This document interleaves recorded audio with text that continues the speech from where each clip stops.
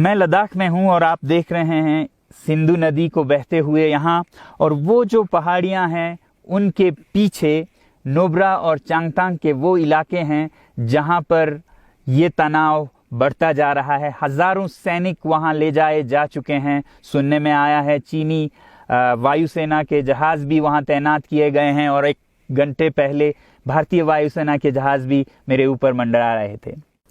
सामान्यतः जब सीमा पर तनाव होता है तो हम आप जैसे नागरिक ये सोचकर सो जाते हैं रात को कि सैनिक इसका जवाब दे देंगे, मगर मैं आज आप लोगों को ये ज़रूरी बात बताना चाहता हूँ कि इस बार सिर्फ सैनिक जवाब नहीं, 2 तरफा जवाब हो और उसमें नागरिक जवाब भी हो। तो आप जैसे नागरिक दिल्ली, मुंबई और बेंगलोर और अनेक शहरों से क्या कर सकते हैं इसमें, ये समझने के लिए पहले हमें समझनी होगी चीन की ये हरकत और वो ऐसा क्यों कर रहा है।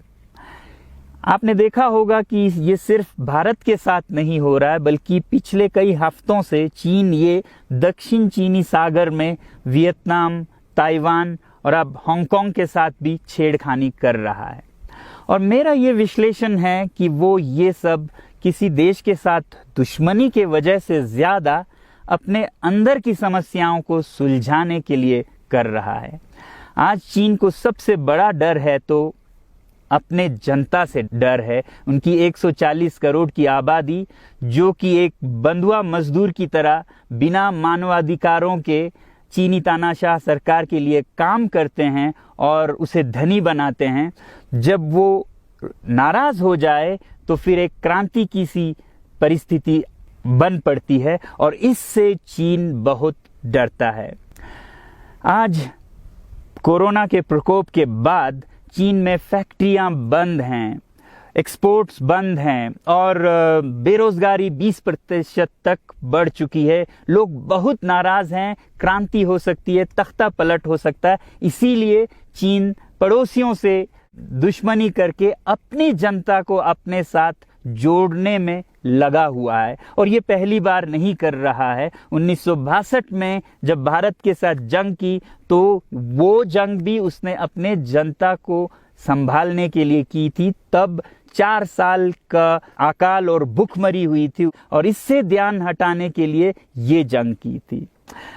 चीन के लिए अपनी जीडीपी और जो खुशहाली है उसे बढ़ाते रहना बहुत ही ज़रूरी है, और जिस दिन जीडीपी घट जाए वहाँ की जनता क्रांति के लिए तैयार है। मैं तो कहता हूँ कि इस बार भारत की बुलेट पावर से भी ज़्यादा वॉलेट पावर काम आएगी। जो नागरिक पैसा खर्चते हैं चीन के सामान को खरीदने में, ज़रा सोचिए, हम आप भारतीय उद्योग को मारकर चीन से मूर्तियों से कपड़ों तक हर साल 5 लाख करोड़ के सामान खरीदते हैं, और फिर यह पैसा आगे जाकर हमारे सीमा पर हथियार और बंदूक बनकर हमारे सैनिकों के मौत का कारण बन सकती हैं। तो इसलिए अगर हमारे देश के 130 करोड़ लोग और 3 करोड़ जो भारतीय बाहर के देशों में हैं, सब मिलकर भारत में और बल्कि दुनिया भर में एक boycott made in China movement या अभियान शुरू करते हैं, तो आज दुनिया भर में चीन के प्रति रोष है। हो सकता है कि सारी दुनिया साथ आए और इतने बड़े स्तर पर चीनी व्यापार का बॉयकॉट हो कि चीन को जिसका सबसे बड़ा डर था वही हो, यानी कि उसकी अर्थव्यवस्था डगमगाए और उसकी जनता रोष में आए, विरोध और तख्ता पलट। और अगर हम ऐसा नहीं करते हैं तो कितनी बदनसीबी की बात होगी भारत के लिए, ज़रा सोचिए। एक तरफ हमारे सेना सीमा पर जंग लड़ रही होगी और दूसरी तरफ हम आप चीनी सामान, मोबाइल से लेके कंप्यूटर्स, कपड़ों से लेके खिलौनों तक को खरीद कर उनकी सेना को पैसा भेज रहे होंगे, चीन की सेना को। ये तो हुई हार्डवेयर की बात। दूसरी तरफ हमारी युवा चीनी सॉफ्टवेयर, एप्स, गेम्स जैसे टिकटॉक, शेयरिट, इन सब में मस्त, उन्हें दूसरी तरफ से करोड़ों करोड़ों का पैसा भेज रहे होंगे। तो इसलिए बहुत ज़रूरी है कि हम एक नागरिक जवाब ज़रूर दें और इसे एक अभियान बनाएं, ग्लोबल मूवमेंट की तरह। ये बॉयकॉट मेड इन चाइना का जो अभियान है वो भारत के लिए भी एक वरदान साबित होगी। जैसा कि हमारे प्रधानमंत्री ने एक विजन हमें दिया था स्वावलंबन का, सेल्फ रिलायंस, वो तब हो सकता है जब हमारे अपने उद्योग फलें फूलें। और जब हम बॉयकॉट करते हैं इन सामान का तो अपने देश के उद्योग का, उत्पाद का हम प्रयोग करेंगे और उससे मजदूरों को रोजगारी मिलेगी और सारा देश खुशहाल होगा। बजट होगा कि हम और अच्छी तरह से टक्कर ले सकें सीमा पर भी। तो इसके लिए मैं आप लोगों से अपील करता हूं कि जहां तक ऐप्स और सॉफ्टवेयर की बात है तो हमारे युवाओं को एक हफ्ते में उन्हें अनइंस्टॉल करना चाहिए। Boycott made in China, software in a week and hardware in a year.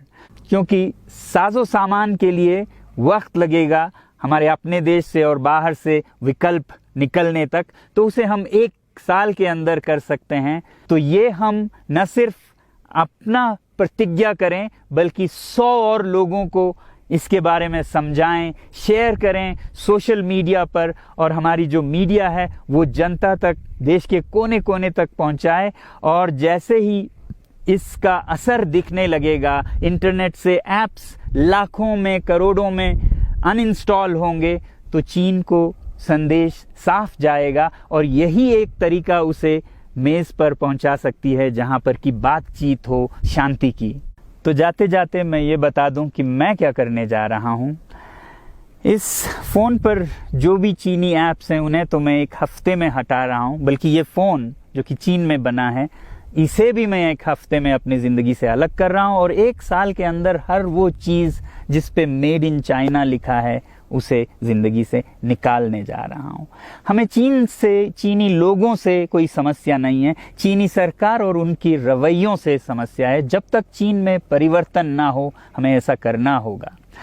और आप लोगों से मैं अपील करता हूं कि आप अपने शहर में, अपने मोहल्ले में ऐसे इवेंट्स करें जहां लोग प्रतिज्ञाएं करें कि चीनी सामान का बहिष्कार करें जब तक चीन में परिवर्तन ना हो। और मैं सालों से कहता रहा हूं कि 21वीं सदी में देश के लिए जान देने की नहीं बल्कि जिंदगी देने की ज़रूरत है। लद्दाख में बढ़ते हुए ये देश के लिए जान देने का कारोबार बहुत देखा, और जहां एक तरफ मैं सलाम करता हूं उन लोगों के लिए, उन लोगों को जिन्होंने देश के लिए जान दिया, मगर इस 21वीं सदी में मेरा ख्याल है कि देश के लिए जान देने की नहीं, जिंदगी देने की ज़रूरत है।